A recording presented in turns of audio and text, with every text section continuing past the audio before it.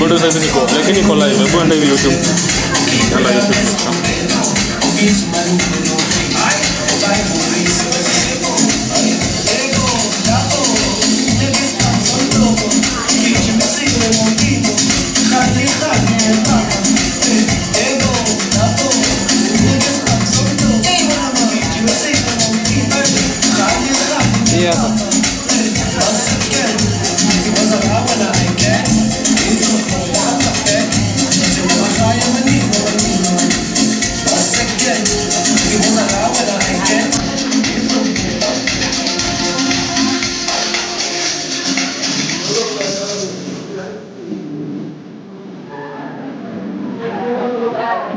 Watu niangalie vile naweza kutumia hiyo link.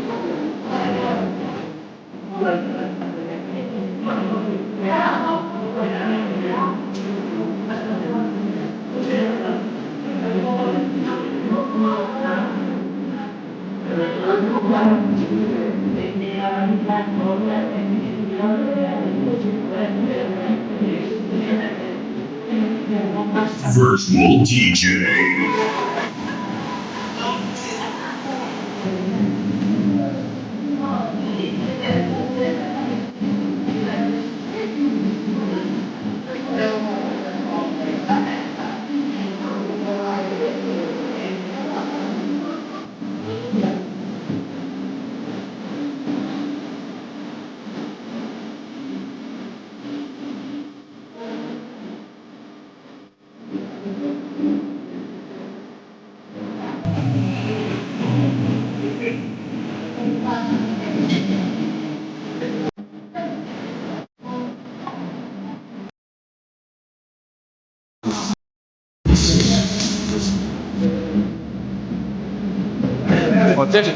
Ona. Hapo umekana net. Ile papa net. Acha kwa hakika baada ndo maana nilikuwa nimekuta pole. Ona pale hivyo. Hapo hivyo. Acha ni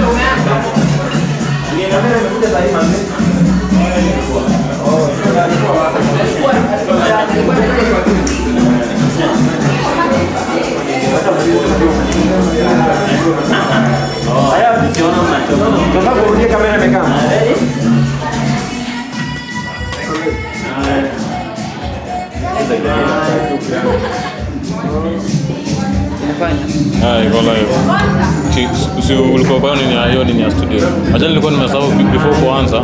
Hata sinaweza kunena. Acha niende tu YouTube tu bwana.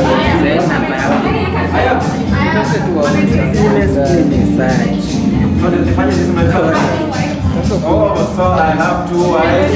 One is a pediatrician. Next one is a mmoja wa mbele. Wewe unapenda wewe kuliko huyu? I have to review and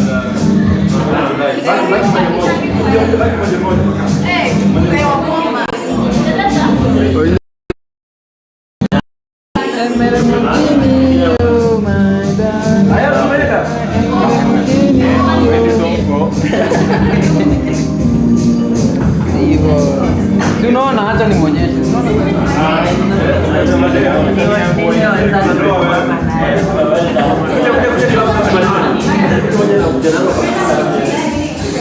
Msaidia namba hapa ni kuweka link ya nini?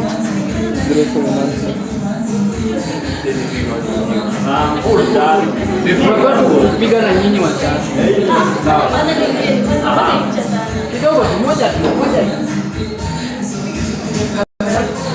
07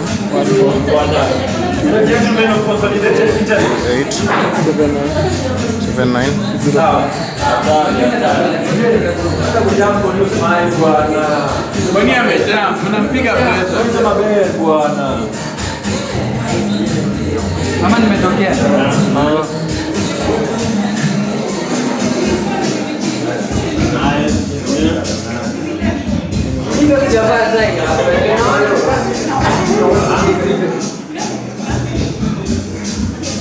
As soon as I share it now.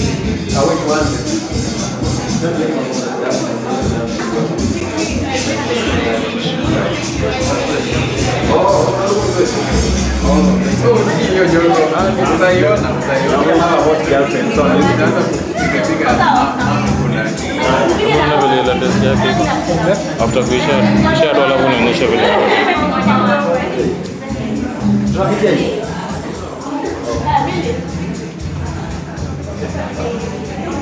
Musa tupige na picha. Not yet. Tunataka kupiga na wewe.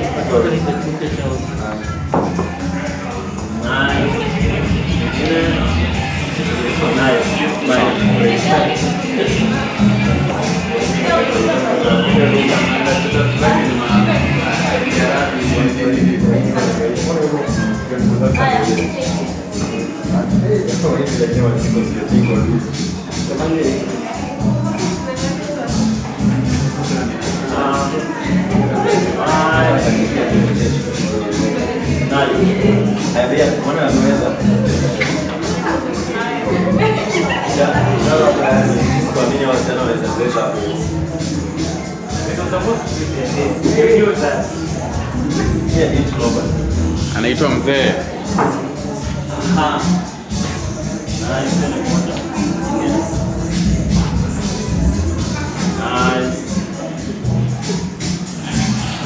Silvana.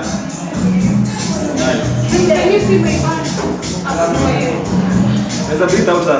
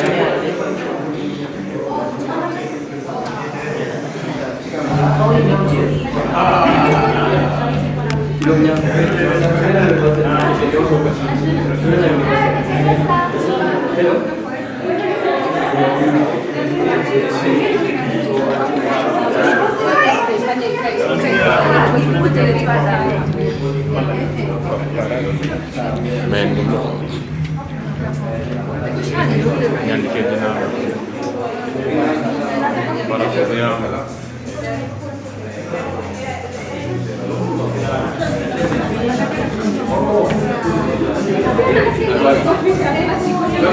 Tuachilie hiyo, tuna schedule bana.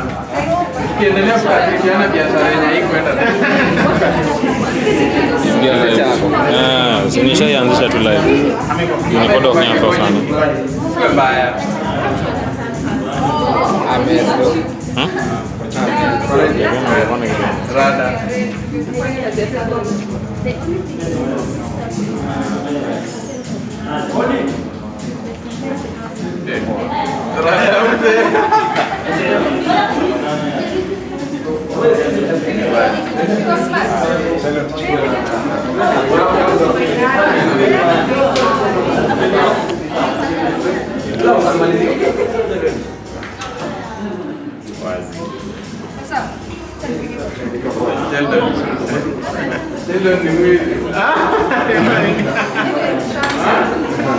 Leo nakusomea.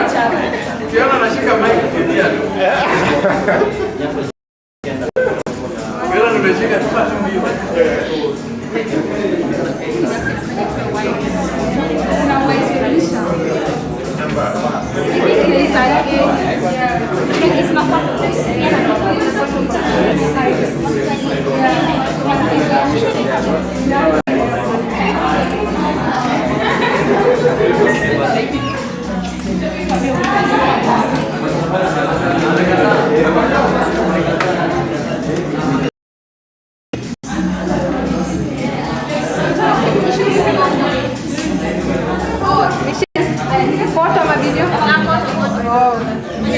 Lighting, anything added?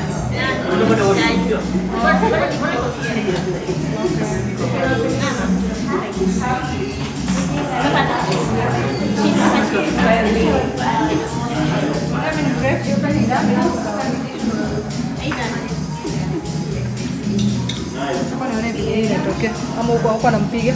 Mimi niko live. Oh. Endelea tu.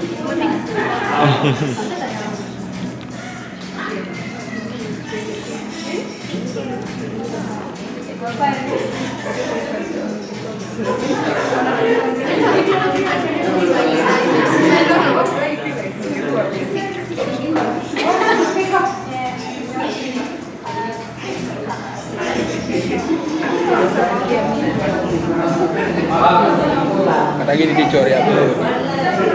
Goa vida male. Madeo.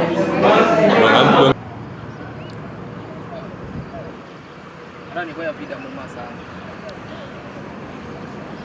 Kurang ingi card ka? Kelwa card manda record ni tu.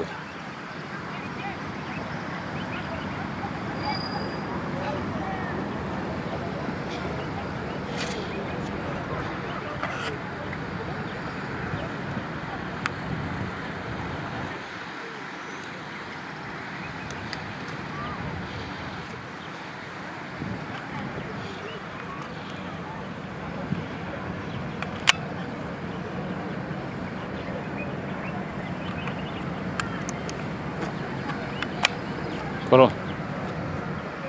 Niko pia kuni ambia inatokea. Niko pia natokea fiti kweli. Kaa tu hapo.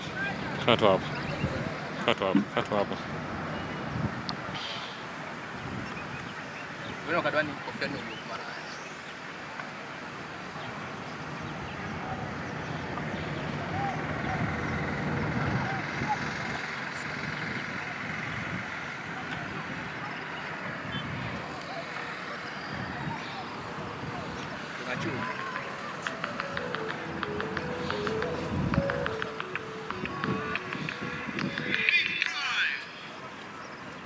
Hello.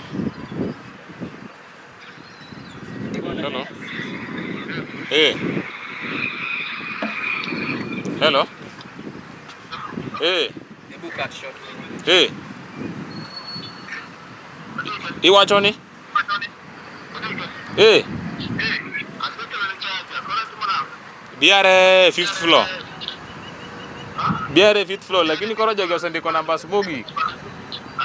Biare 5th floor.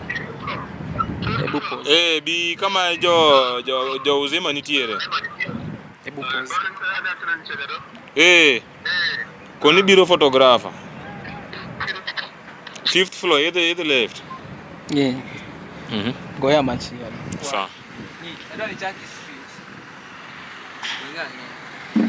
Anu abedi. Then ino kikiwe. Sunset ne macha kwa koseche kapare mo podho. Okay. Kosa chake ni godu. Periyo duodu onge kumanya dhi. Duno nyamo no wakata wuoke buno.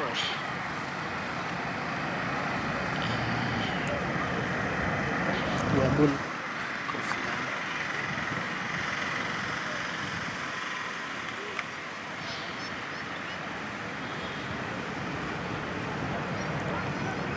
Okay, ready.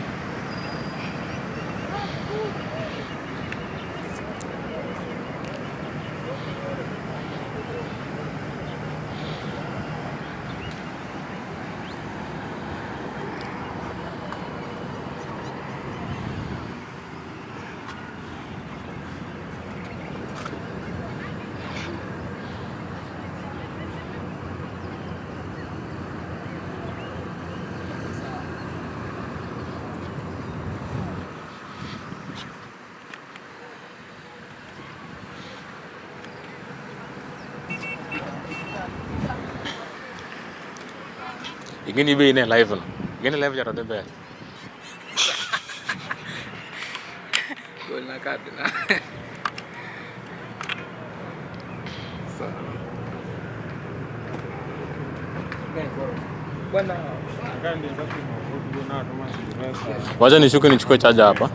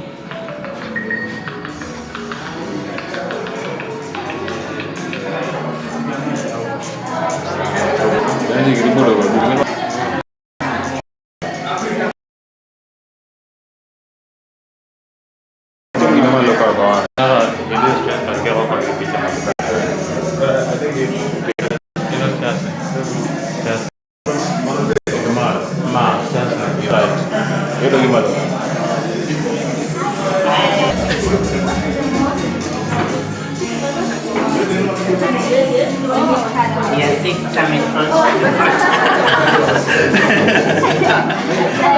What's one drug you never forget? Why? It just sounds nice. Yeah, it sounds nice and I forgot it that one time. Okay.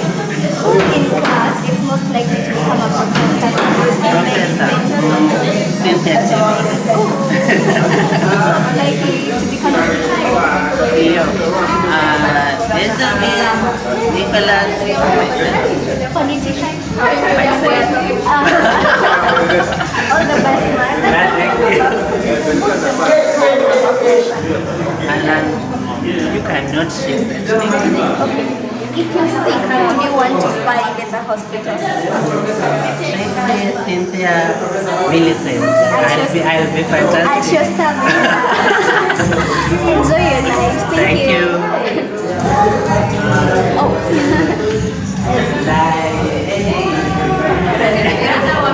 I am sorry.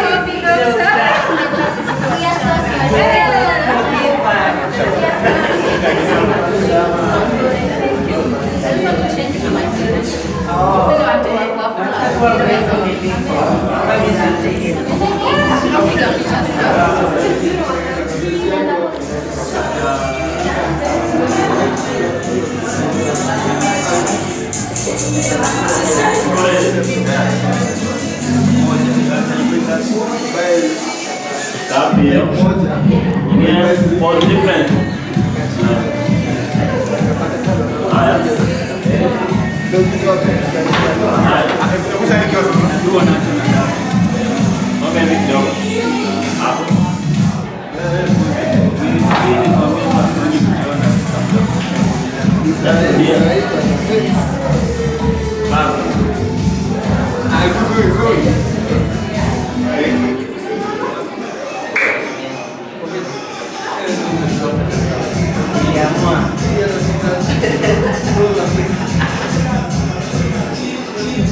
That's done. Once again,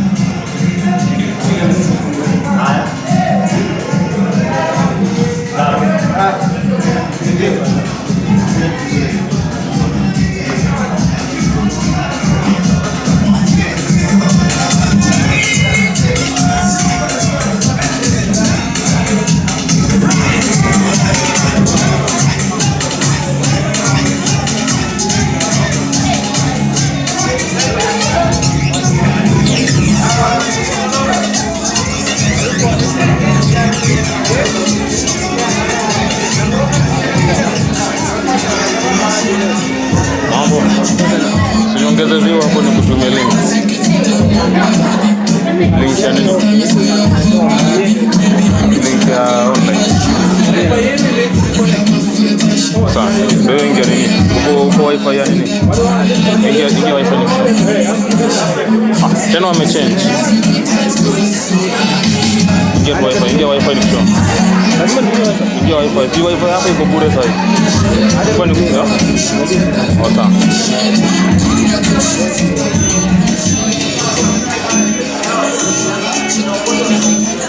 WhatsApp yako ni 07 28 623 469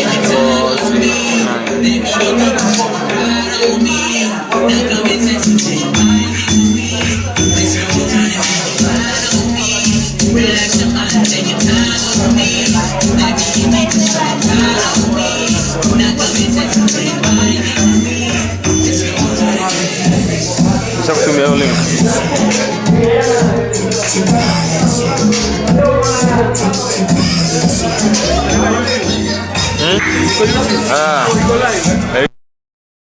Unaweza ingia tu hivyo, unaweza log on tu check. Ama hata nikutumie link. Okay. WhatsApp yako ni 0 98 0798 81 Ngoja 9881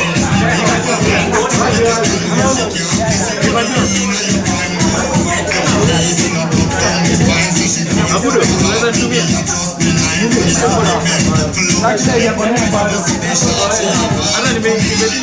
Ingia hapa. Ingia hapa vocha. Finya hapo kwa vocha. Alafu mbona ijifinyi? Ndio isha kuja hapa. Eka ile UUD. kubwa. UUD. Finya hapa hivi. Alafu connect.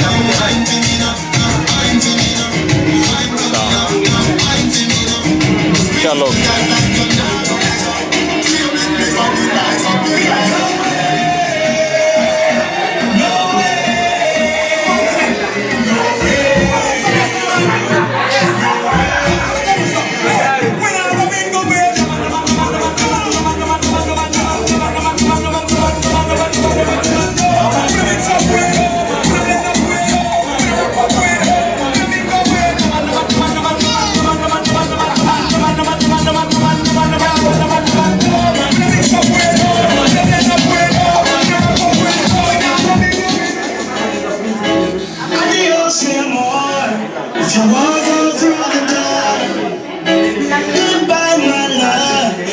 Take it anymore.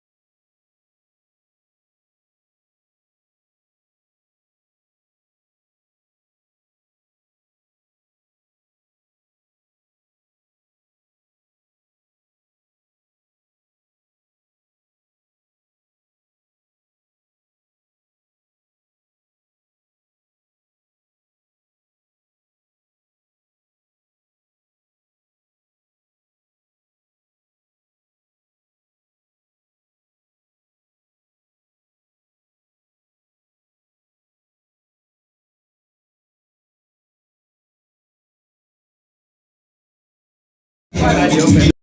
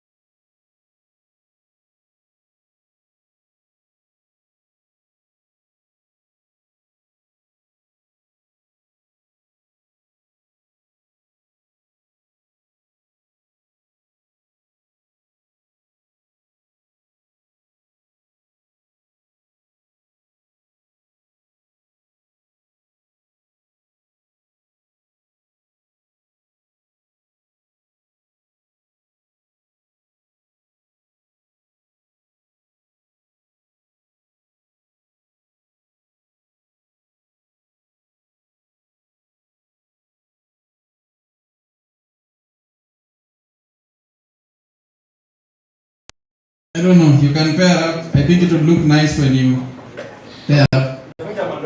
Oh, kuna ndoa nitavunja. Nimeambiwa mnatoka nje alafu mnaingia mkibanjuka na kuna theme song ya event.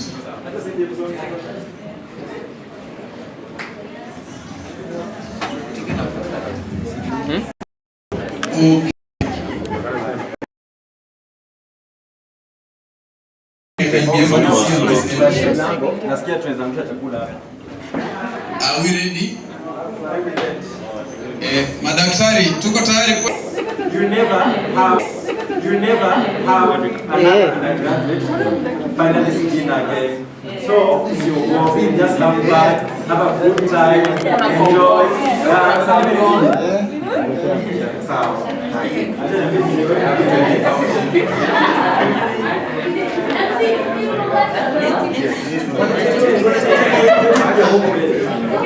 But una frente ya dance le katoro kusema but imeku enter songs.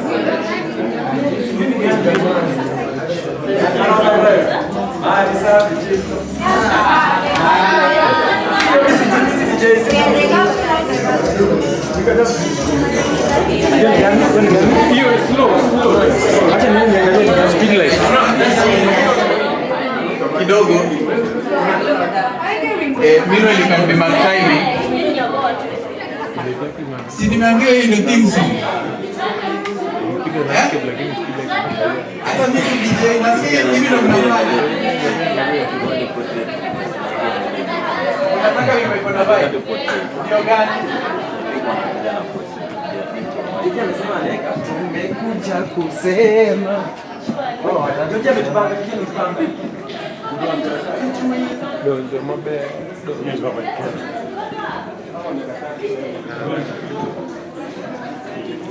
Tuingia tu mbele. Cheki. Tuingia tu mbele. Mimi sina shida. Wewe ingia tu mbele. Mimi nitavuta kukushida na niko ready kukushida. Wewe ingia tu mbele tu. Unataka gani? Mondo. All right. Are we ready? Are we ready? You know, today you are showing us how things are done. You want to see the dance? The university dance.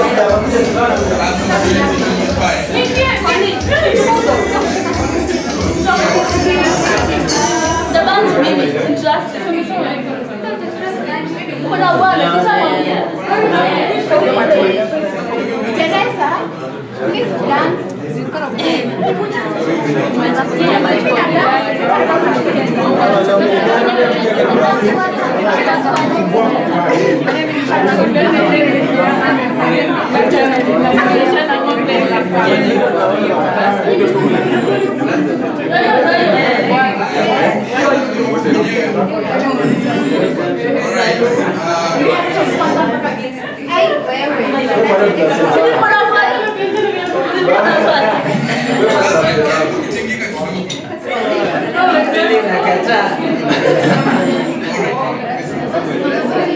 Wacha nipane simu yangu kuja chukua radio, si ndio?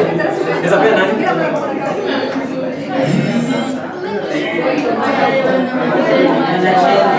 Acha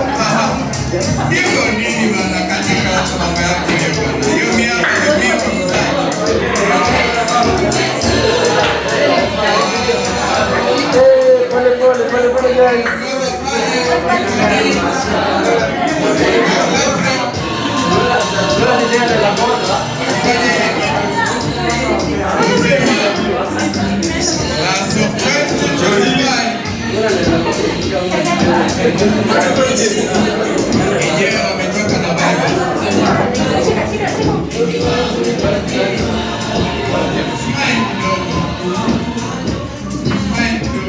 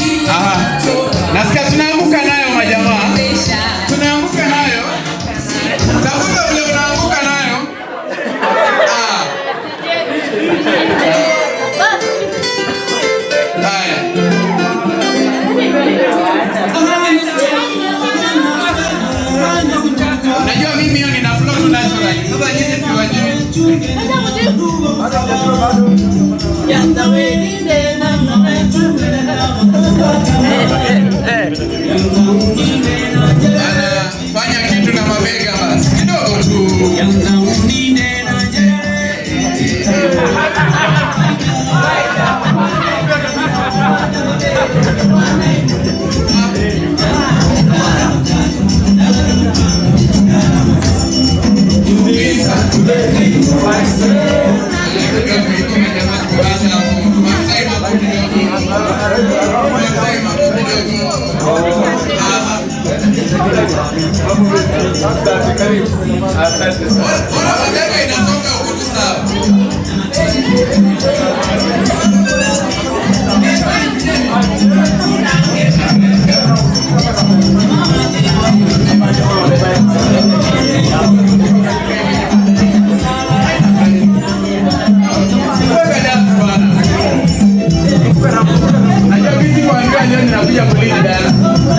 Haya, twende na DJ. Fanya hivi.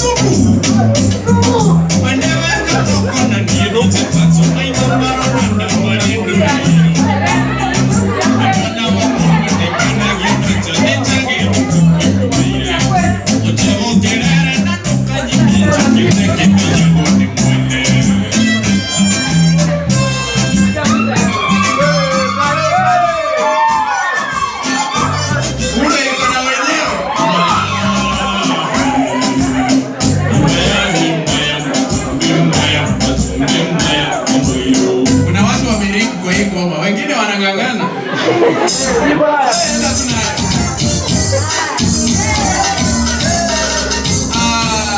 Mziki taratibu. Shida iko wapi? Hii haina fujo, haina mbio mingi.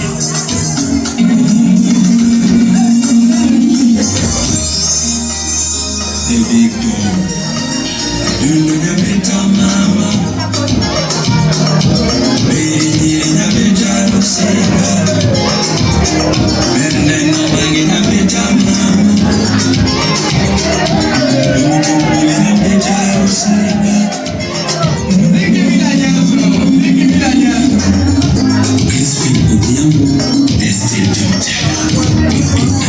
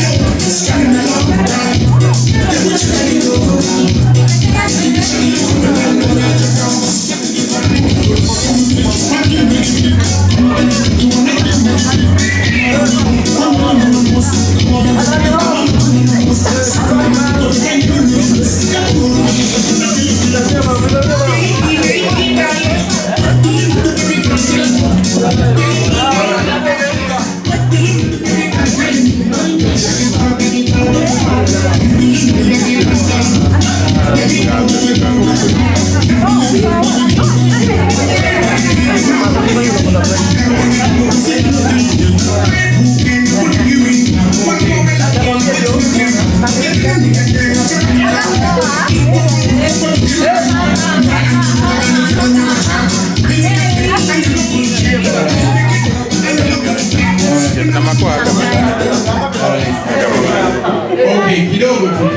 kidogo tu, pole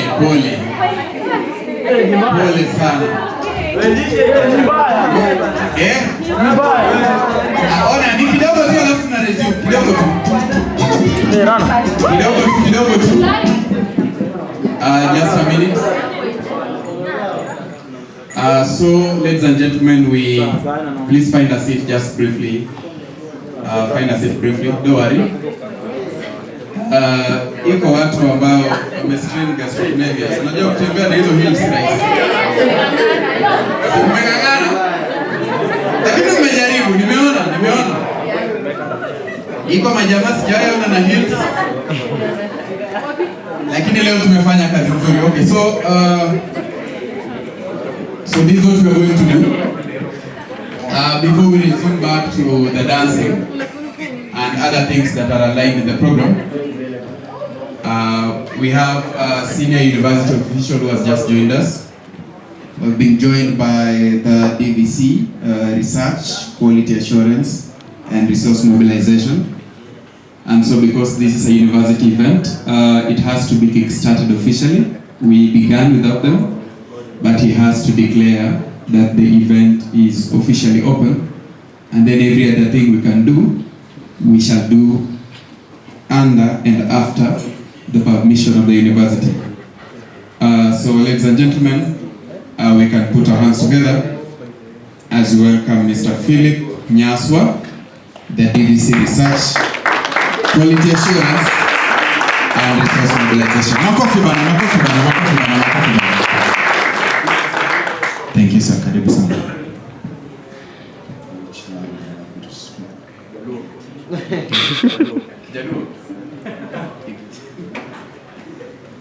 All right. Good evening, ladies and gentlemen. Did you begin with the word of prayer? You did. Cool. Now, these guys have ambushed me. I didn't expect to speak now, but since I am the first one here, I will not lack what to say. As we begin, you already began the ceremony, the celebration that is marking, I would call it the apex of your medical training at Uzima University. It's a celebration like no other.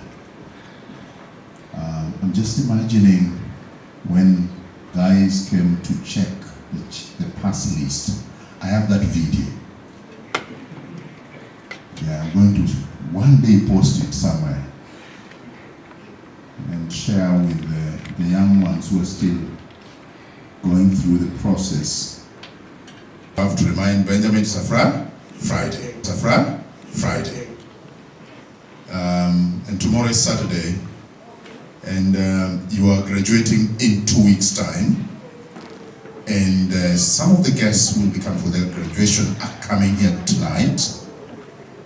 And so enjoy, but do not over-indulge, because the patients need you. After that, off at the graduation square, as you prepare to start your internship, piece yourself together, because the responsibility that has been placed on you is going to be really huge. Karibu daktari. The responsibility that is going to be placed on you. You will not have a consultant next to you to make certain decisions, or they will come to confirm if you have really been cooked. And so learning continues. It's not over. It continues. And today there's a lot of information, some of which is not authentic information, so you're going to piece them together. You want to dance before the guests arrive? Let us celebrate. I declare this dinner of class 2025 officially open. Wacheni bana. Ama jamani kienyeji sana. Wacheni, jamaa wamekuwa kienyeji. Ngoja kidogo. He has just declared the dinner officially open. I feel like my turn is a bit high. Maybe you can open it a bit. Amesema that the dinner is officially open. Can you appreciate him?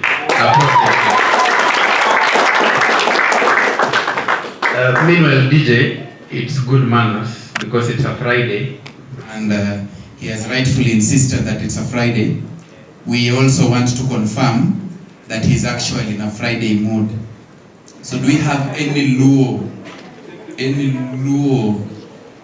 gentle, honorable music that fits the person of a stature of his kind? You know, he's a whole DVC, right? Si akiamka akitupea moves 2-3, si we will join him. Ama namna gani? Aya. Tuamke, unajua? In the absence of a VC, he's a VC. For now. Aya. Iko nini? Wachilia kitu. Aha.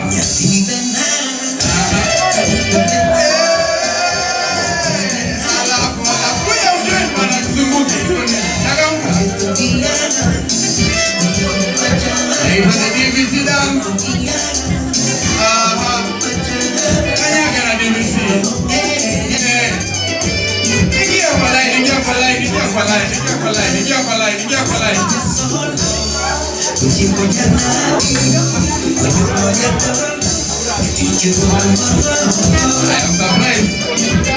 The DVC is more flexible than some of you.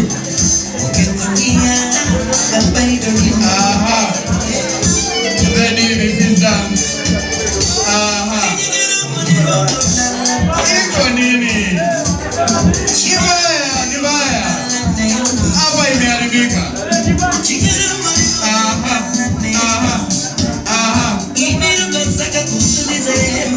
Hata mimi. Haya, wacha nishikie hapa kando.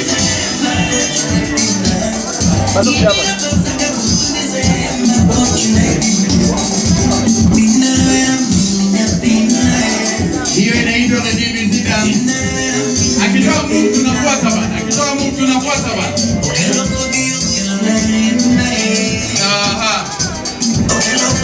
Muziki bila jasho.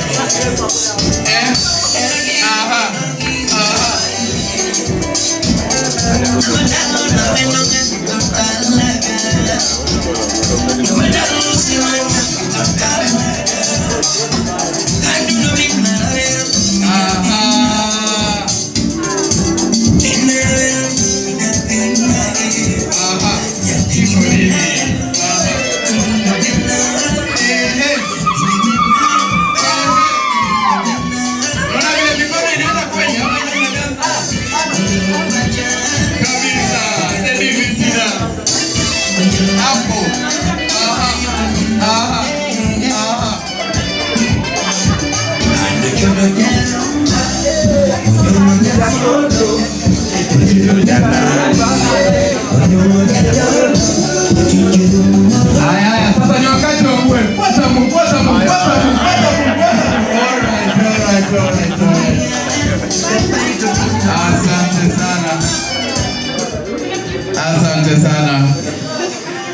Asante sana. DVC amefanya kazi yake hapa namna gani? Hajafika bado. Ladies and gentlemen, I don't know if you've noticed, there is a lady that has just joined us in blue. I don't know if you've just noticed, there's an elegant lady who has just joined us. I don't know. You know, you might sit there and she might camouflage and look like a finalist. You never know. And I've seen, DJ ni kama ashaingia internship. Amewatangulia. Yeah, so I think it will be good for us to recognize her presence. Ama namna gani? Nani amenotice mtu amevaa dress ya blue peke yake leo? Nani amenotice huyo mtu? Kama umemwona inua mkono. I know she won't ask us for differential diagnosis, so you can just maybe. She might. I should not give her ideas. Suddenly she can bombard you with how to manage severe asthma. Okay, so DJ, you have something that looks classy.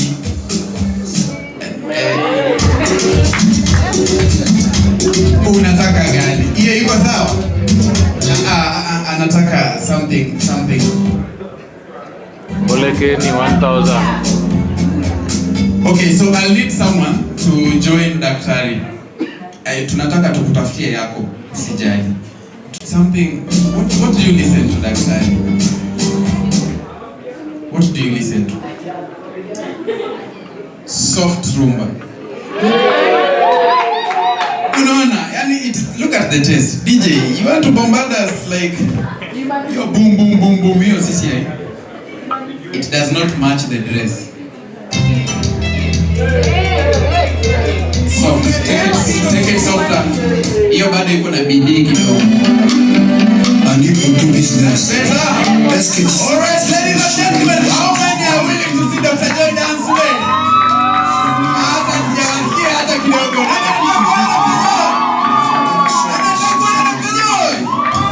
All right, ladies and gentlemen, let's give it up. One and only, all the way from June TRS, Daktari.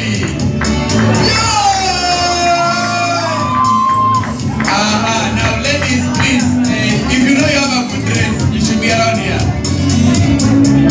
Amka, come on. Hata men. So this is it, not in dresses. So wewe kama mwanaume, angalia mwenye unaona ako na dress nzuri, such that as we join the ones in good dresses in front here, you can also be joining the one with a good dress behind them. Is that fine? Aya, tuamke kidogo tu. Yeah? Are we ready?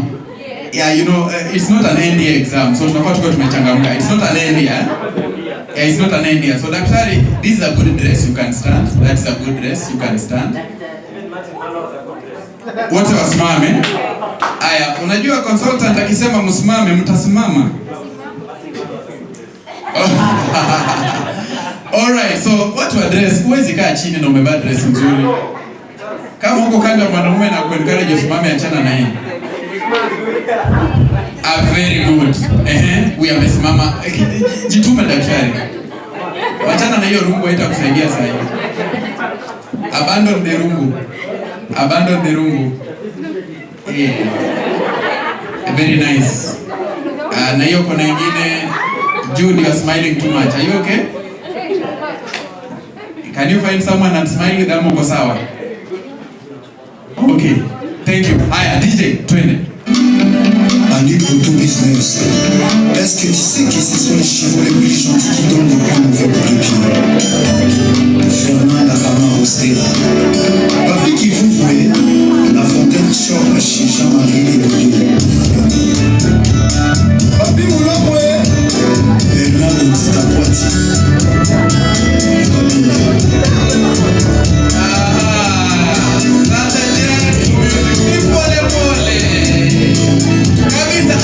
Wale wamepata marking scheme. Bas. That's what we are talking about. Mdogo tu.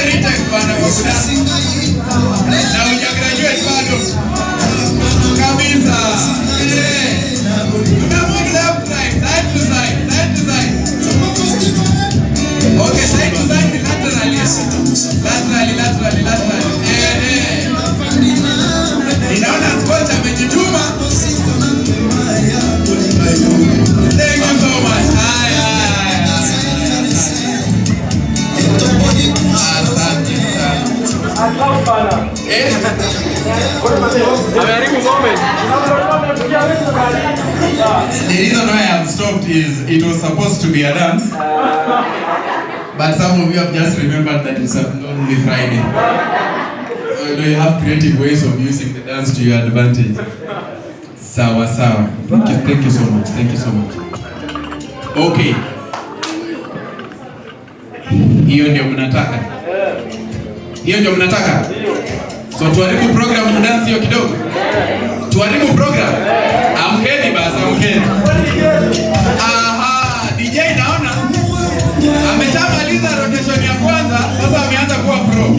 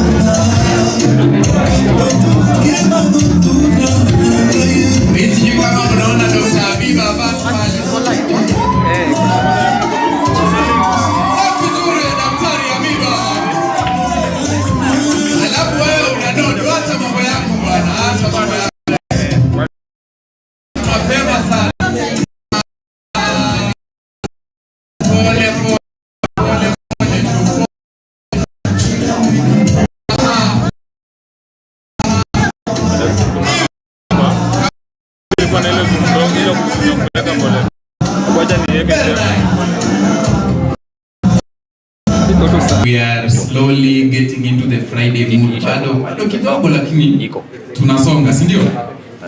Very nice. So next we have another senior officer who has just joined us, and it's important that we recognize him ahead of tonight's dinner. Allow me to call him a gentleman. I know he's a professor. Allow me to call him a gentleman. He's a professor, Professor Misori. Hebu makofi ya professor yetu hapa.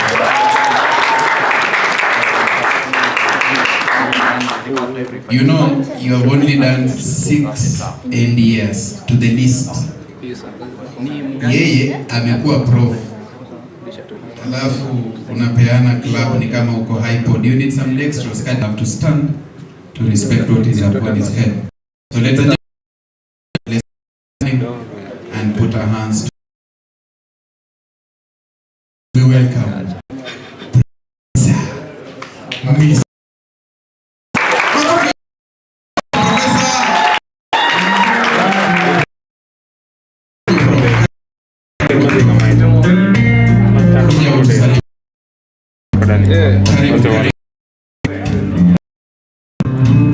karibu sana. Let's appreciate Prof akikuja. Yeah, karibu sana.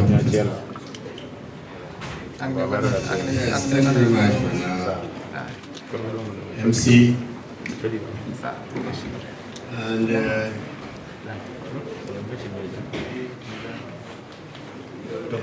guys celebrate.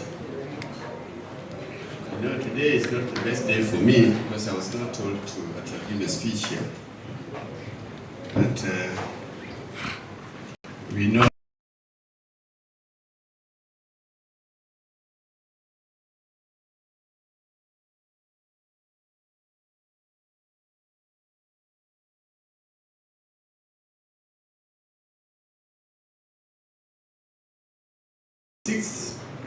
of December, very far away in South Korea. Can you just imagine?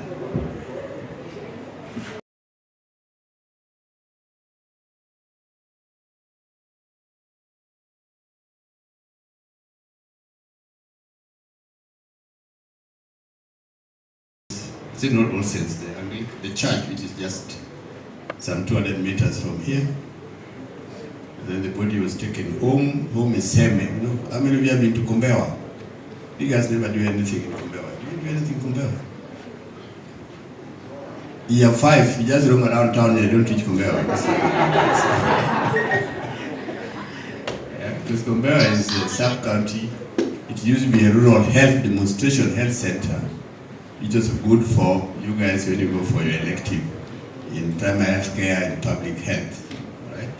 Kombewa is about 25 kilometers from here. So tomorrow we are getting there to go and do the last rites for the late CEO, Dr. George Rai. I'm a bit moved by his death because he was one of the first MOs to mentor me when I qualified as an MO. The story goes back to 1979. Yeah, 1979, 1980.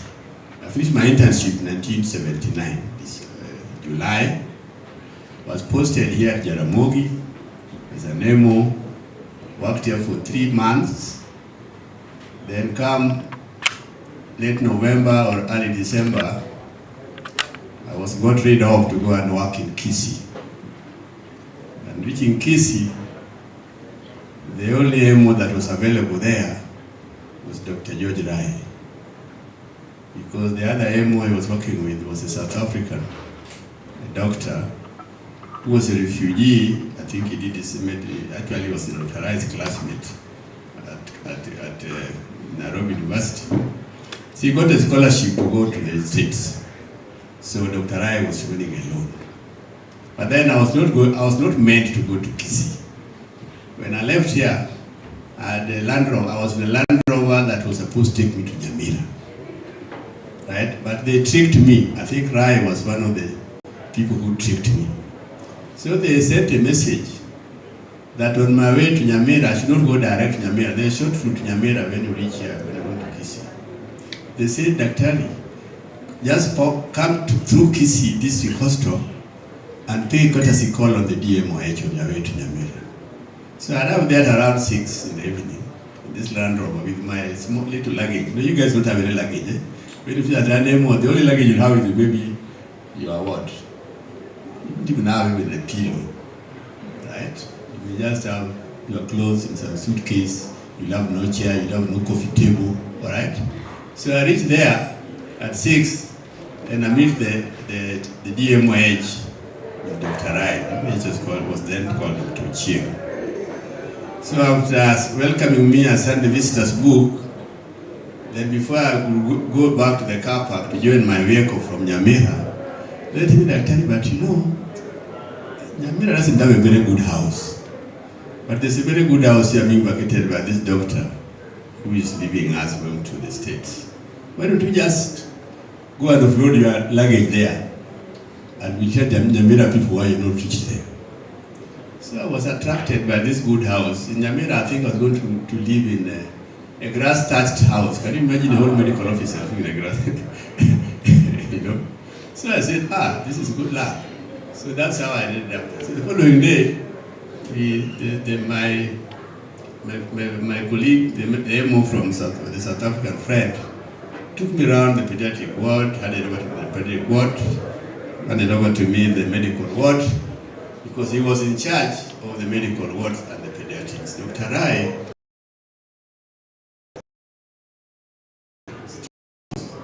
And I can tell you, if you ever posted to Kisii there as an intern, right? If you have ever posted there, that is the busiest district hostel in the Republic of Kenya. You need to know that. It's an hospital where you put as an intern, right? There'll be no, when you're on call, there'll be no sleep for you. Because the population of Kisii has definitely increased. They already have 3 other hotels where they can do cesarean sections. But during our time, when you're on call as an MO in Kisii, right, that whole week you are on call, you literally live in the hostel. You leave the hostel around 5 a.m. to go and clean your face, and maybe have breakfast. As soon as you arrive in the house, right, those days you are lucky that we have government telephone phones in our houses.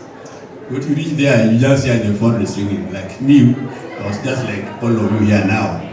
I'm still a bachelor. So at this house where I was living alone. So the first thing you get there, you get a call.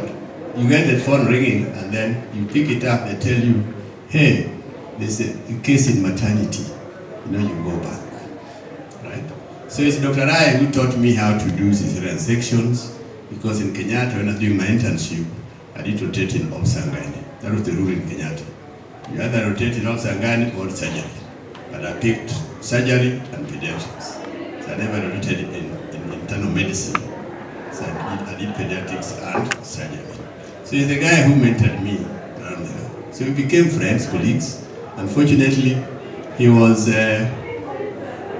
hijacked by the then Minister for Health after about 6 months in the office. No, it was 6 months. As soon as he left, as I joined, after this MO went to America, then the substantive DMOH also got some scholarship to go and do masters in public health in the States. So Dr. Rai now became the DMOH, acting DMOH, and at the same time the MO, right? She's still doing surgical work and doing field work. So we worked like that for a few months. Then there was a visit by the Minister for Health, then Wata Magugu, who was a very, a very rough, I would say, he was not the best Minister for Health, right? But because he was fairly looking for problems, he never came to sort out issues within the health sector. If he came to your facility, you just pray. When he goes back, you just pray that you see a posting order saying that you have been transferred out of your place because he found some faults around. But fortunately for Dr. Rai, when Magugu came, he found the district was very well run, the hospital was very well run. So Kiambu was dying the other side, and Magugu comes from Githunguri. That used to come from this area. It was MP for Githunguri, the Minister for Health. So since Rai was doing a very good job in Kisii, and he was impressed, when he went back, he decided to pick Rai immediately, transfer Rai to where? To Kiambu as the DMOS. He went and chased or posted out all DHF members, the DMOS, public health nurse, everybody were had to go. So that is how we met Dr. Rai, and we have been friends since then. So that apart, now that you have insisted that I give you some words of wisdom, right? I'll go back to the same kind of ceremony I had sometime on June 30th, 1978, right? We call it our last word, our last supper, right? So in that big cafeteria at the Hall of Residence we are trained, right? And we were as excited, just like you are excited today, that after 6 good years of sweating, serious sweating. Why are you not sweating, you guys? Why are you not sweating? You are. You should be happy today that you have been sweating for the last 6 years, and now we are trying to save some of the fluids in your body, right? You don't get dehydrated, isn't it? So, our our advice to you guys who are now being released to go to the wilderness is that I hope you're going to take. When are they going to take the oath? When are they taking the Hippocratic oath? When? On which day? I hope you take it. But once you take that oath, once you take that oath, right, it will be a document that you have to read very carefully. You have to read every sentence in that document, right?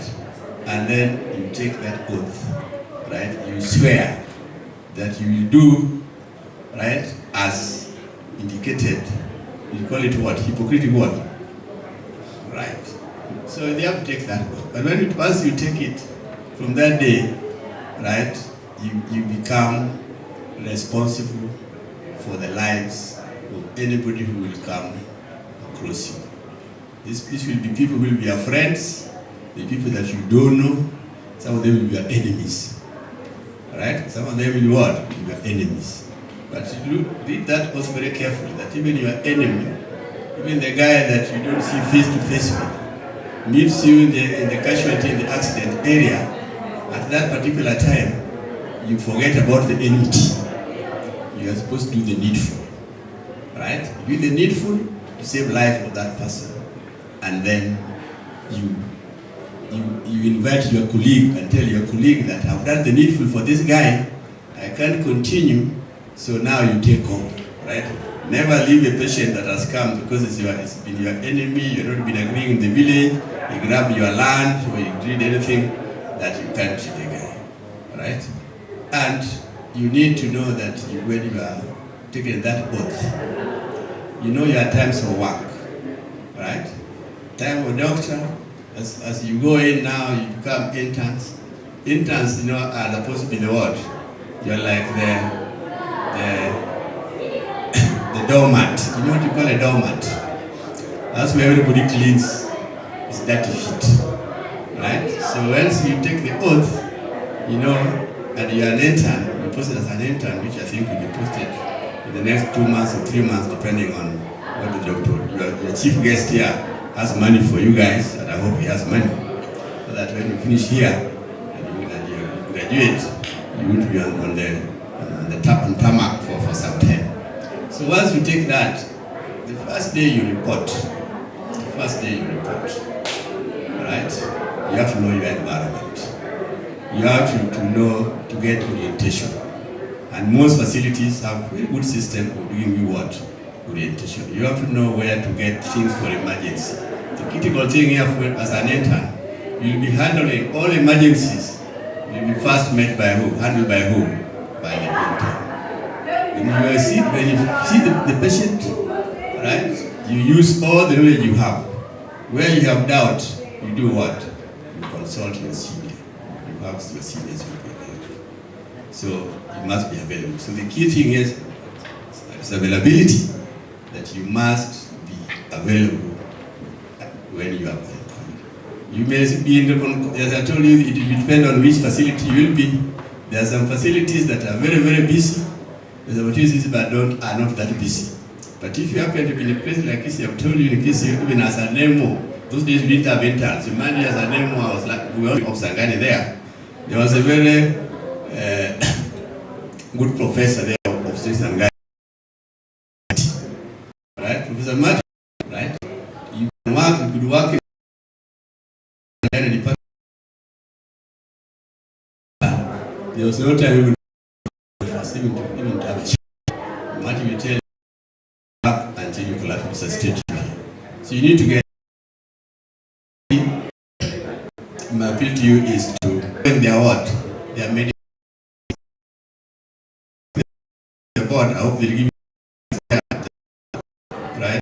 The time for you to they tell you to give the answers.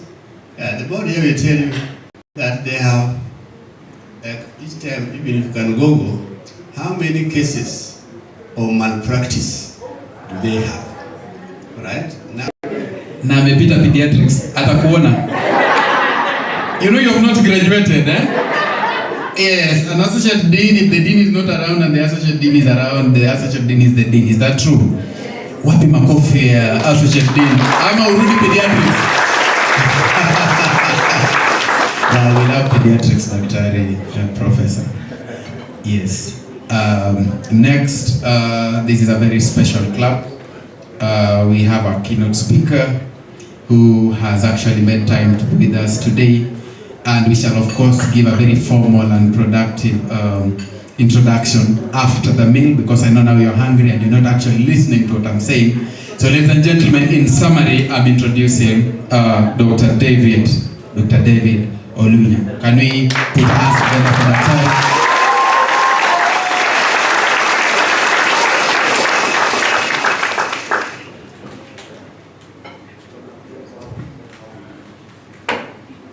One more time, can we appreciate Daktari, tafadhali? Okay, this is why, I realize that with everything I say, I have to give you a rationale to it so that now you can appreciate the person in a better way, It was not easy getting hold of him, and when we actually tell you who he is, you would actually stand on these tables, but you still don't have enough money to pay for the repairs. So that's why, for now, we'll just let you know that we have a very senior person among us, and goes by the name Daktari David Olunya. Can you appreciate him better? Can you appreciate him better? Very nice. So I have not smelled chicken yet. I come from Busia, so when wakifungua ya kuku, nitajua wamefungua ya kuku. So because hawajafungua ya kuku, we'll do something very briefly. I'm going to welcome one of us. She's called Lorraine Cherop, to give us a brief reflection on the life as a finalist, just very briefly, and then we shall go into the next stage.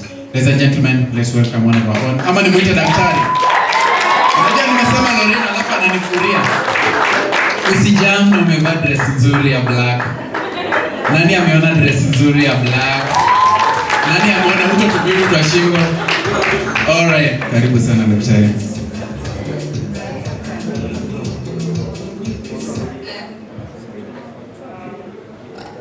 I don't know if protocol was already aligned, but allow me to ride on the already established protocol. Our chief guest, I can see him right now, but I want to acknowledge our chief guest, David, our dean, our dear consultants, my fellow doctors. Good evening, everyone. This is actually my first time speaking in front of doctors. I accept maybe presentations which I stood in front of a single doctor, but I am deeply humbled by this opportunity to be able to speak in front of everyone. So most of you can tell the anxieties at speak, but I know I'm safe around doctors. I hope your ABCDs are intact. So I must say that this far, I was given the task to do the med school reflection. So at first when I was tasked to do this, the first response in my brain was like, no. Then my mom said, you're going to do it. So let me move straight to what I had planned to speak about.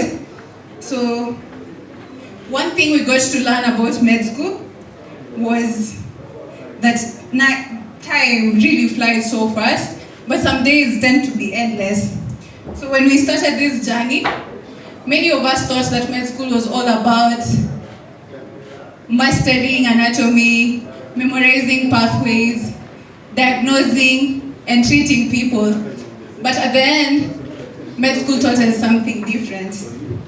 More than that, more than just diagnosing and treating. We got to do all that, but along the way, med school quietly taught us much more. It taught us humility when we realized every day in the ward rounds that we don't know anything. Professor Juliana kept on telling us, do not assume you know. Go and read. It taught us resilience. When we showed up tired, anxious, unsure, showed up. It taught us compassion, not just to patients alone, to ourselves, to each other. Then it also taught us to treat patients wholly. And most of the time, our lecturers emphasized that we listen, we talk, and examine fully. The question used to be, did you examine the patient? So we learned that before rushing to diagnosis, lab results, examine and treat the patient wholly. Then now I'll tell you a personal story. So most of the people I've spoken to have always said that Uzima has always been the of second chances. So for me, and I believe most of us in the class, Uzima was barely the university we had planned to go to, right? We were all chasing the big names, the familiar reputations. But so before I came to Uzima University, a doctor who's my mentor told me that when it's all said and done, no patient will ask you which school you went to. They will want to be handled. So that's how I ended up here. So fast forward to our clinic. So as we stand at the end of this chapter, we do so changed. Not just more knowledgeable, more able to diagnose patients and treat them, but more human, as we were taught. And as we step into the next phase of our careers, may we never lose the empathy that first directed us to this course, the curiosity that keeps us learning, and the humility that makes us better doctors. So congratulations to us for the courage it took to start and the resilience it took to finish. Thank you.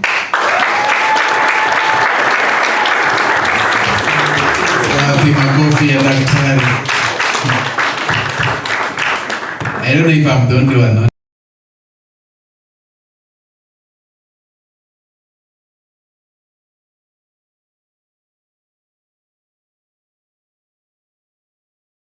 That's nice. Ni kama ukikuwa daktari hata language inabadilika.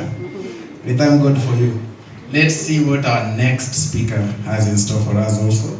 I have not smelled chicken yet. Chicken iko tayari? Iko tayari? Thank you so much. Aki asante. All right. So ladies and gentlemen, let's put our hands together for the next daktari, also one of us, Dr. Millicent Wanjiku. What dress ya maroon? Ama ni red, maroon? Forgive me. Magani. Magani. Oh, I am fine, whatever. Yeah, take it.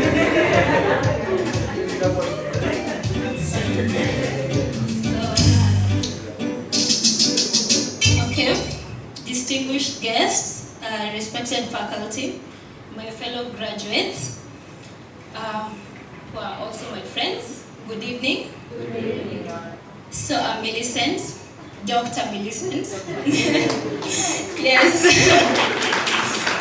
You know, I need time to get used to the title because it seems so unreal for me and for everyone. So I remember, I'm going to start with the first day that I arrived at Uzima. It was very hot. I had never been outside Nyeri. I came, entered the gate. My parents were complaining, this school is so far. We don't like these people. They already had a bias towards the school and the people and the community. But we entered and we were supposed to do the registration by ourselves. There I met my lovely friend, Clara Tuafula, my friend through thick and thin. Yes, she's the first person I talked to at Uzima University, and we've been together ever since. I remember I always thought med school would be so easy for a top student like me. Yes, from high school, from primary, I had always been a top student. I thought med school would be so easy until I entered and I had my first lesson with Dr. Marera, which was anatomy, and I nearly cried. It was just the introduction, but somehow I didn't get it. It was so foreign and very unfamiliar. And then after the introduction lesson, we went to the anatomy lab. I remember Dr. Mara saying, ladies first, you know, because ladies like to lead. And then yes. Yes.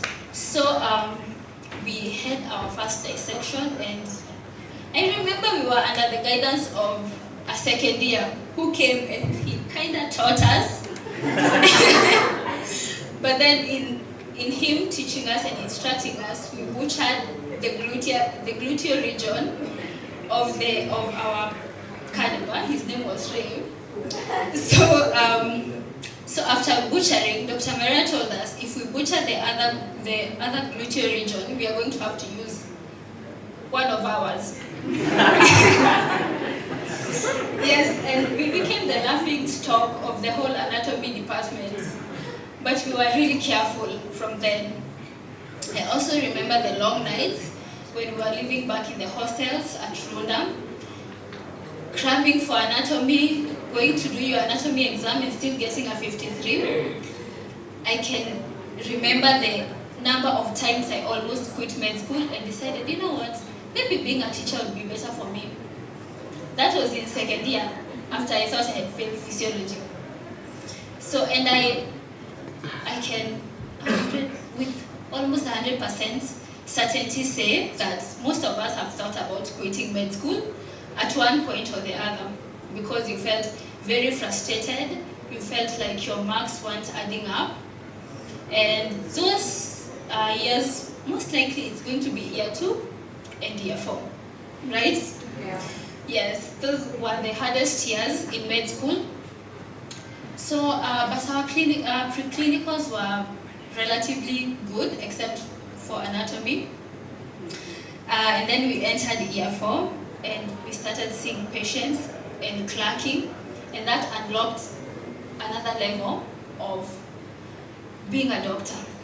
When you see your patients, my favorite rotation was obstetric and gynecology. And no, it was so lovely when you clerk a patient, when you clerk a mother and the mother delivers well and asks you to name a baby. I have named so many babies and I'm so proud. Yeah, so I think obstetric was my highlights in year 4. And although year 4 was a little bit challenging, we are grateful to God that we overcame, and we entered year 5, year 6, and now we are here. So I'd like to thank our lecturers. You have been with us, you have guided us. Dr. Juliana has been very stern with us, and we are grateful for that. She has molded us into proper doctors. Dr. Muyonga, she's very, very particular about pediatrics too. Dr. Nyamuta, our psychiatry lecturer, also very strict. Oh my God.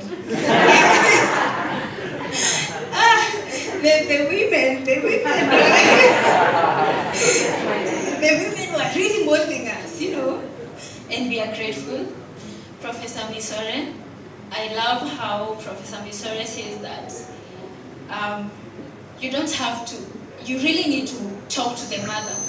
And during the pediatric ward rounds, Professor Misore knew every patient. So when you are presenting a patient, he was actually correcting you on your history because he knows the patient more than you do. And that was a challenge. But it's my belief that we are now better, that med school is not the end of learning, right? We are going to go out there, we are going to be open, we are going to be willing to learn, we are going to be receptive, and I expect us to do our masters very soon. You know, we should join the strong women in the field. Yes. So, a small message to my classmates. We've been with you through thick and thin, through the transnighting and crying and challenges. We've been trying to master the content together. We've been together through the discussions. We've argued, you know, we've laughed, and I'm grateful for that. So I could not have survived without you guys, okay? Yes, you really helped us. We really helped us. Yeah, every person with their own small cohorts, their own small discussion groups, and I pray that after we are done, we will not lose touch. We need to keep touch as doctors from Uzima University. I hear we are Dr. Juliana's favorite class. I don't know.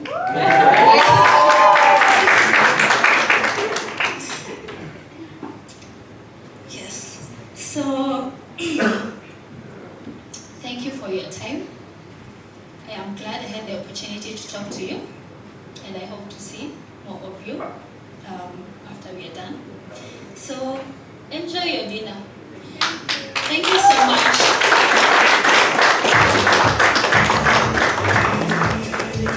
Let's appreciate Dr. Wanjiku Wangigi. Praise God. As they were reflecting, they mentioned about our first years in our first days in class, and that just reminded me on 17th of September 2019 when we sat in lecture room 7 at the university. And so Professor Dominic Marera comes to class and tells us how anatomy is hard and how medical school is hard. And I remember vividly I was seated between Dr. Martin Malo. Where's Dr. Martin Malo? Yes, he's here. And Dr. Patricia Arori. Where's Dr. Patricia Arori? So after Dr. Marera has helped us choose a class rep and told us how medical school was hard, I remember Dr. Patricia Arori just whispering to me in a very, we were just first years, we don't know each other. But then Dr. Arori whispers to me and asks me, Sasa Benja, who ndio class teacher wetu? And so I was like, we are in medical school at the university. Dr. Patricia Arori, now Dr. Patricia Arori is asking me about the class teacher. I've never forgiven her, and I asked her, you tell us. So when we got to 4th year, and Professor Juliana came to class, so Professor Juliana tells us, welcome to Pure Clinicals, this is where medicine is and everything. Then I asked Dr. Patricia Arori, so will your class teacher year 4? Yeah, and that was the beauty of medical school. Now at this point, ladies and gentlemen, allow me to acknowledge the presence of our head of department for the Department of Psychiatry, Dr. Linda Nyamute. Let's appreciate her. Thank you so much. I also want to acknowledge the presence of our father, the Dean School of Medicine, Professor B.K. Ogana. He's a soft-spoken man, and I remember the many stethoscopes that we were beaten with. Professor, by the way, on a very serious note, I think you'll have to buy me a stethoscope. Because in 4th year, I had just bought a new stethoscope. I think it was 6,500 shillings from Charles. And then Professor, I got the word I was late, unfortunately. Then Professor just said, Wafula, come here, where's the stethoscope? That stethoscope has never worked. So Professor, you will see what to do. Allow me to invite one gentleman, a very hard-working gentleman. Professor Juliana says I'm a noise maker, but he knows I make noise with someone. He's the class rep of medical school. He's not the class rep of the year 6. He's been the class rep of medical school, very supportive and sometimes very firm. But when Charles speaks, hata huwezi jua amekasirika, unasikia tu kweli mnataka nilie. I'm sure he never cried, but he used to threaten us with that. Kweli mnataka nilie. Me I don't care, but yes, allow me, join me to invite Charles to just come and say something. He's been very supportive. And just as you come, remember to acknowledge your deputy Hajat. That is the name that she was given in first year. Karibu sana. And please don't make noise, okay?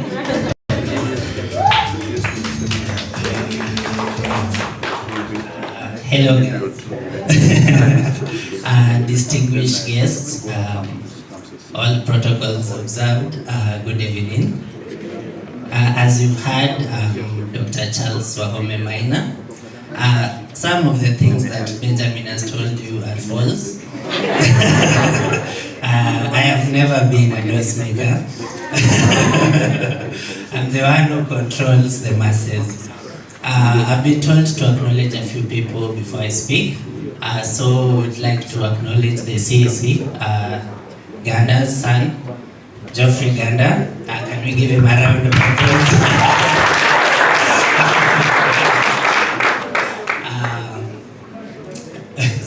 Oh, Gregory, I'm sorry. My apologies. I've also been asked to recognize the student leaders. So kindly, we can start with Jude, Alan Kato, who is type. Yes, you can wave to the crowd. I'm also told there's a visit in Medsam. I've not been given the name, I'm sorry, forgive me. Eric.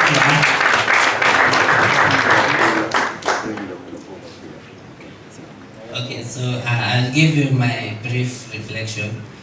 So Benjamin was actually the first person I spoke to when I was joining Uzima University. that explains why we're always enthusiastic during class hours. Benjamin has been my friend since 2019 till date. I don't think there's any period we've had any issues with him. He's a very funny character. And he can get away with things if you let him. If you're not careful, he'll get away with things. What Dr. Millicent forgot to tell you is I was actually her first friend. But she has replaced me, but it is okay. I remember there was a time when we were in Rwanda, there were no lights, and the next day we had an anatomy exam. We literally burnt the midnight oil. We were using candles to study. And Millicent has been an amazing friend. I thank the Lord for her.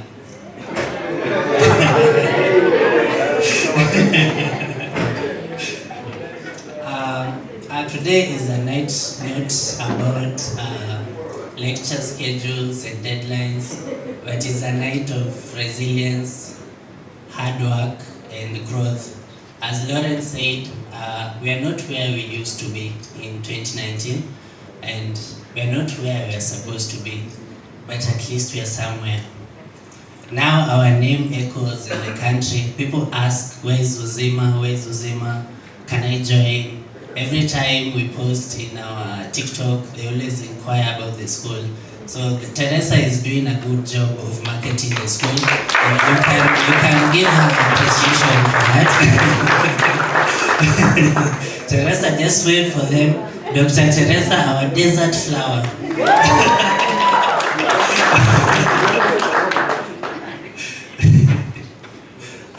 To our lecturers, I'd like to appreciate you so much. Being in the forefront, talking with you all the time. You've been giving us advice.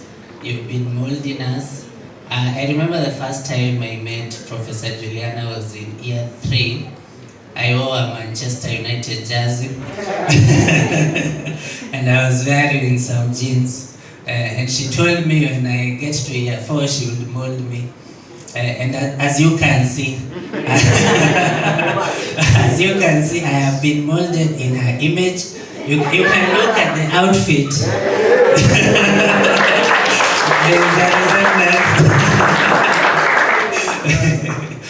Professor Juliana, I really thank the Lord for you. My mother says hi. She said she's watching us. I don't know if they're still broadcasting it. Yes. She said she's watching us all the way from Kiambu County. Other thing I'd like to say is to my classmates, my fellow doctors, my friends since 2019. Many have said I'm the best class rep, but I'm only the best class rep because I had an amazing team. I had the best class in MBChB, Zima, in the history. If anyone tries to take our title, I will come and defend it. So a round of applause to my team. And I'm very proud of you. Congratulations once more. Congratulations once more. We have made it. We came, we saw, we conquered. Thank you very much. Happy makofi ya class rep. You know, the class rep has actually used this opportunity to express his keen concerns towards one now Dr. Millicent Wajibu. And he has been keen to take us down the memory lane. Just to remind us that he was a good man. They were burning the midnight oil studying for the anatomy exams, unlike some people. Should I mention names? So, and we have actually heard that he has been a good man. Has he been a good man to us? He's been a good class rep, yes? So you agree that he's a good man. So you think Millicent should consider. Awapi makofi ya Millicent na class rep. Mtumie hii dina vizuri. Mtumie hii dina vizuri. Next, allow me to also recognize we have Dr. Hezron Omolo, Uzima 001. Makofi ya daktari kwa wapi bana? You see, daktari, let me remind you, there was another event that Dr. Hezron Omolo came in. Let me see if he'll remember, but he's a daktari, I believe he'll remember. You came into an event. It was somewhere in Kisumu. You came in and you were accompanied by your friends. There was Dr. Akoto and such. It was a dinner. And you were feeling sufficiently philanthropic that day. You got a guy called Hezron, your namesake, and you made him happy. Do you remember? Wapi makofi ya daktari Hezron. Hiyo ni coded language ya muelewi na mtaelewa. Mmeshika. Next, wapi makofi ya Dr. Gregory Ganda, who is also a CC. You know, Daktari, I don't know if you remember, last time I gave you a privilege of taking a picture with me. And I was just reminded now that it's my profile picture. Have you guys umeona? Hamkuona? No, let me show you that we know people. You know, Daktari, is this you? That is you, right? It was a privilege to have a picture with me. I told you to take you places. What am I going to say? All right. So next, I want to take the program to the next step. I thought kuku imeiva but nimenusa bado mguu haijakauka vizuri. So next we are going to watu wa pesa. Sema pesa. Sema pesa. We have sponsors that have actually made sure that we are standing where we are today, and so we wish to recognize them. Mama namna gani? Because if you refuse to recognize them, we'll ask you to give us the money that they gave us, and then you'll start reminding us that these are harsh economic times. Then you'll start mentioning, oh, mara kasongo, mara nini. Sawa. So ladies and gentlemen, next we are welcoming a gentleman by the name Samuel Omoto, all the way from Vitakura Pharmaceuticals. Ladies and gentlemen, tengeneza makofi ya pesa. Nimesema tengeneza, usipige. Tafadhali. Umeona hata hiyo suti iko checked. Unajua, for us who do suits, we know the price of checked suits. Wapi makofi? Yani tengeneza hiyo makofi kidogo. Usikuje wewe ni mtu wa pesa, relax. Tunataka tukupigie makofi ukikuja pole. Na ama namna gani? Yes, you see, then next time when you have money, this is how people will treat you. So you have to be motivated to have money. Ama namna gani? Good. Now, ladies and gentlemen, Let's put our hands together for one gentleman, Samuel Omoto. Karibu sana. Karibu.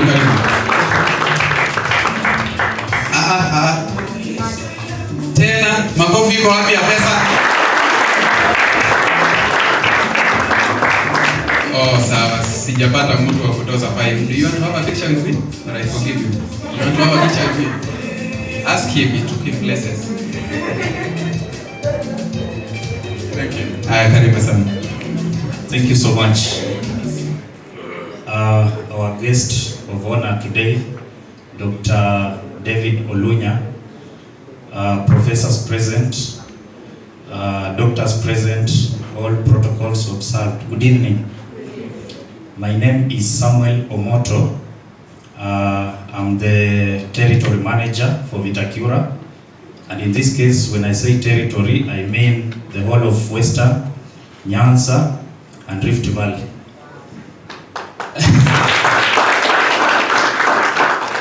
I don't have much money, the way he said, but I'm just a village boy with a bigger God.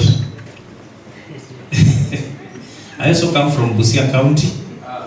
Yeah, sure. I come from Busia County, from a place called Butula. That's where I was born and raised. When Professor Misore was talking about being tricked, it resonated very well with me because I also went through the same process when I was going to school. When I passed my KCP, I was called to go to government school Kakamega, but my parents could not raise school fees. So my mom tricked me to a village school, day school. She told me, let's just go and see how that school looks like. At first I was hesitant, but when I went there, I accepted. And I went to that school. I studied there for 2 years. Then later on, I got a sponsor. The current MP for Butula, Mr. Yula, offered to pay school fees for me. And I passed exams and went to Kenyatta University, where I graduated with my first degree. Then after that, I got a job as a medical representative. It was not easy. I thought that I could just last there for some 2-3 years, then probably get a better job. But I'm still there. Only changed companies. I thank God because an opportunity to work as a medical representative has taken me to places. I've been outside this country. I've been to more than 5 countries because of this job, and I thank God. Because I got an opportunity. I want to challenge the finalists of today that usipopata hiyo kazi ya kuclerk patients, please venture into business. There is still money in business. You can open your own clinic somewhere and you will still make money. Pesa ni pesa. Haijalishi, bora tu ni safi, sio pesa chafu. So today I'm honored to be here.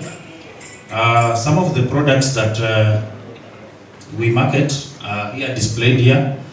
One of them is Etcox, is our brand of etrocoxib. We have 90 milligrams and of course 120. We don't have 60. And then, actually, I wanted to mention this.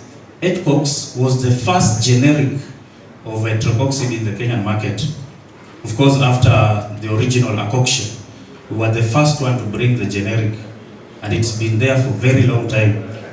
It's in big hospitals in Nairobi, it's in Aga Khan, and many other bigger hospitals. And then, when we identified a gap in the market for a combination of an NSAID and a muscle relaxant, because the many products that were in the market were combining muscle relaxant, this common one, I'm forgetting it, the common one, the one in Zulemar, clozoxazone, yes. And clozoxazone has an issue with sedation. But then we were having this thiocholchicoside, which has less sedation. Of course, sedation has to be there because it's central acting. But now this one causes less sedation. So we came up with the first combination of etrocoxib and thiocholchicoside. And that is the brand Let's Go MR. Let's Go MR is a power brand in Aga Khan. If you go to Aga Khan, you'll always find Let's Go MR there. And then I just realized that we have professors here of pediatrics. We have also taken care of you. We have the first combination of levocetirizine and montelukast for pediatric patients. Because initially, we only had the dispersible tablets in the market. But then we identified a gap and realized that there are patients who cannot, take the dispersible tablets. Sometimes they are not palatable. And then came up with this first syrup in the Kenyan market. It's called Telova syrup. It's a power brand, it's doing very well. Many other brands are coming up, but this is our first. So this is what we're first. Simunipigie makofi. So when Dr. Nicholas Odhiambo gave me this invitation, somewhere last year around November, I was very much elated because I knew this was an opportunity to stand before people of honor. And today I'm here. So it was not easy. He kept on insisting, he kept on texting me. When I was at home taking care of my father's cows, he was texting me. Mpigie makofi. He's a very resilient man, and he reminded me of the fact that some of the small things that we do persistently bring bigger results. And that is it. That's the reason why I'm here today. Thank you so much.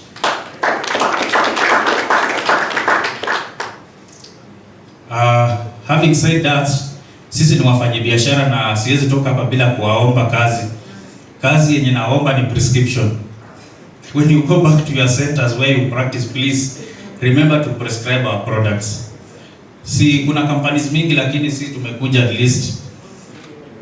Nawaomba sana. When you go back, please support us.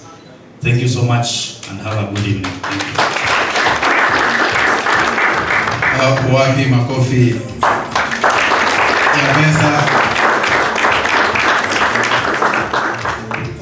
You know, I think people meet in very funny ways. I've just realized that this gentleman is my village mate. I think that's why we have bow ties. I think that's why our suits are classy. Wapi makofi yake tafadhali. I come from the city. Okay, so next, allow me bring one very vibrant gentleman, very popular in the streets of doctors' rights, you know, your well-being, your welfare, how you're doing, your pay, your rights, what you need, what's best for you. Sawa sawa. Mpaka hapo, let's put our hands together as welcome Dr. Steve Ndonga. Wapi makofi ya nusu? Wapi makofi ya daktari?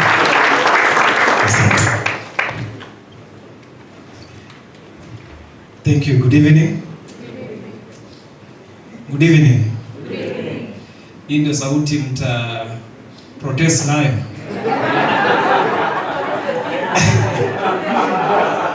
Ezra, hii ndio sauti wana protest nayo.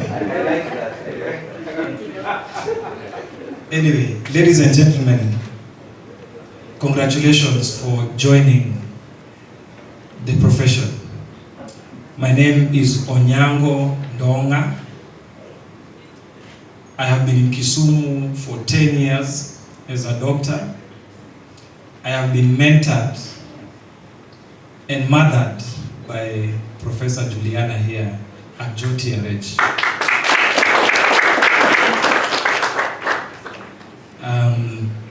She's the reason why some of our cohort is very renowned in Kisumu. When you say that this class is her best class, she will tell you nice stories about our internship group. We used to take tea in her office every month. There was one day we would take tea, and it was an open forum where you could say anything, criticize, and also receive criticism. Most of the time we were receiving criticism, but so young doctors, you also notice that we have a very I don't know whether to say famous or popular or both, Dr. Olunya, whom I interacted with him when I was in UON. But you know, the tragedy of some of these interactions is that some of these people, he would not remember. Not unless I was very spectacular. I was not. I was just a regular student, medical student in undergraduate. But every time I meet Daktari, I keep reminding him that yes, I was your student. I was your student. I think I've done that like 5 to 10 times. So you need to belong to your professional association. You must belong to the umbrella association, which is KMA. What the person who was introducing me did not mention is that I am an obstetrician, and also the Kisumu County obstetrician. The reason I'm saying this is because I've had my former classmate Nyamute is also head of department psychiatry. It means young people, you can be leaders in this sector.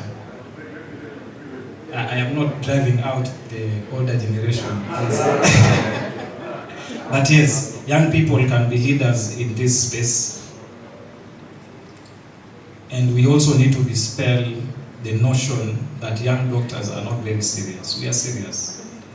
When you see me on the streets, I am very serious.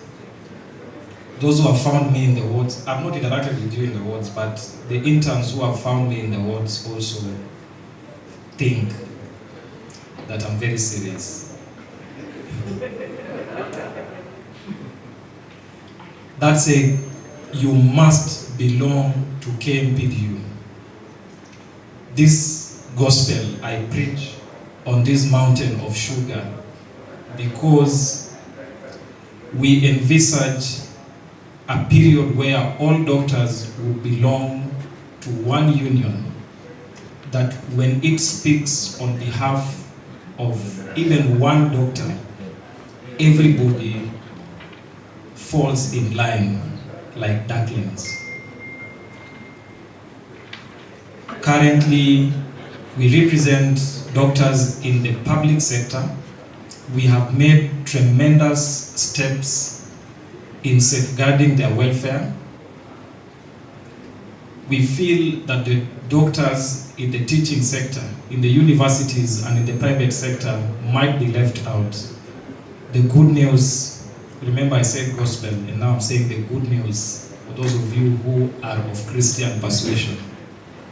The good news is we are now embarking on a very robust mobilization of doctors in the private sector. So that day, when we say doctors are not going to do this or are going to do this, everyone is reading from the same script.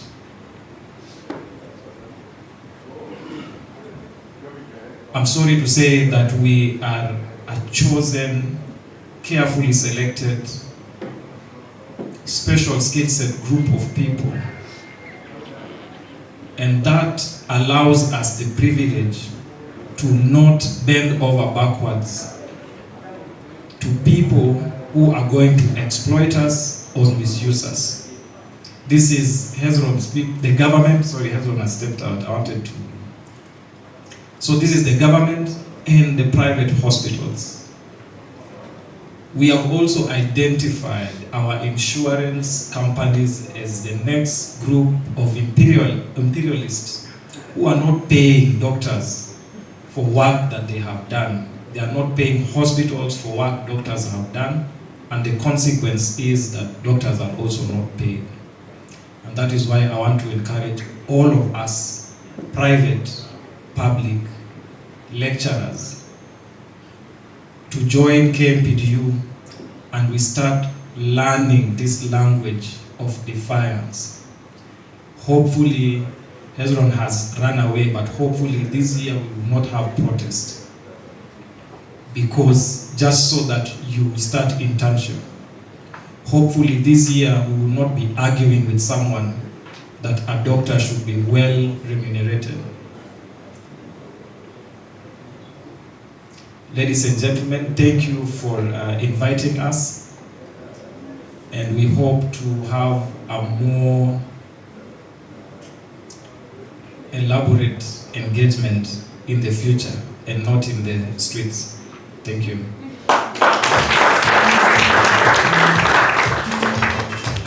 Let's appreciate Dr. Steve Longa once again.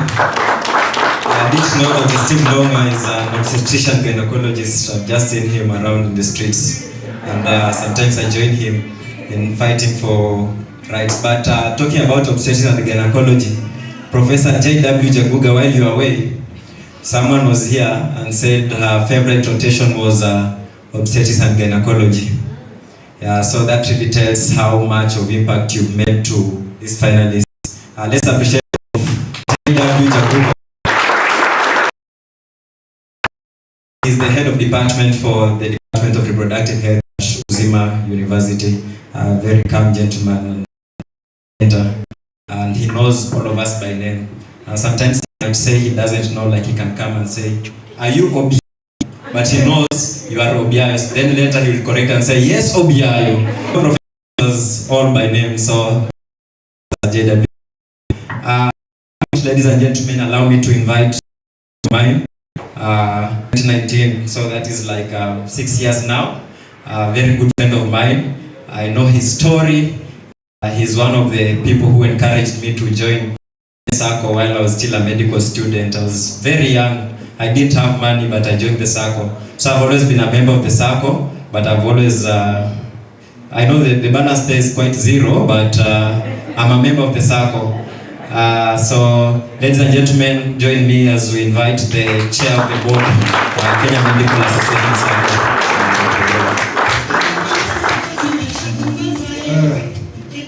Good evening, everyone.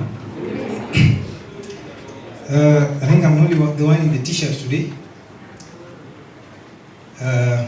I'd like to start by saying, as you've been told, my name is Dr. Vitali Sogola. I would like to first congratulate the finalists. It is not easy to be taught to remember, revise, pass exams, year in, year out, from class 1 to this level.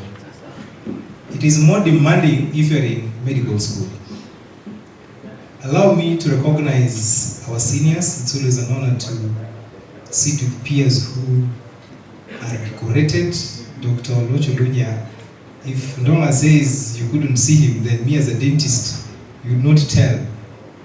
But I also passed through your hands in UN, and even Professor Juliana. The first time I interacted with you, I was in the union. It was not the best of interactions, because that was the first time organizing strikes after a very long while. But I shared that tag, now I have left it to Ndonga. And I appreciate everybody who's here, our peers. I would like to not say too many things so that I don't take too much of your time. But I would like to say this. For today, the final year students, or the doctors, you've been all confirmed. Leaving the month after. Go look back and appreciate what you have achieved. Tumeelewana hapo? After that, you will go for your internship. I wish somebody told me what I'm about to tell you today. There are a lot of worries during internship. You ask yourself, will we sleep? Do I have to pay bills? There's that phase where you have no pay. But please, go out there and get the skills. I, as a dentist, we do a lot of the skills we need to learn in our practice. The bit that we learn most in internship is surgical skills. If you evade work because you have an arrangement, trust you me, it will affect you in your practice. That is the time that you have a guide. And please, let nobody lie to you. Medicine is a lot more experience than the theory. you will not remember everything that you did in first year. If you ask us here how we move from the cells during embryology, we have forgotten, I believe you me. Unless you subspecialize like Dr. Muyonga here or Prof, that knowledge goes away. So during internship, it is a time that if you are away, you will not learn the skill. So you can bring the excuses, you can play around.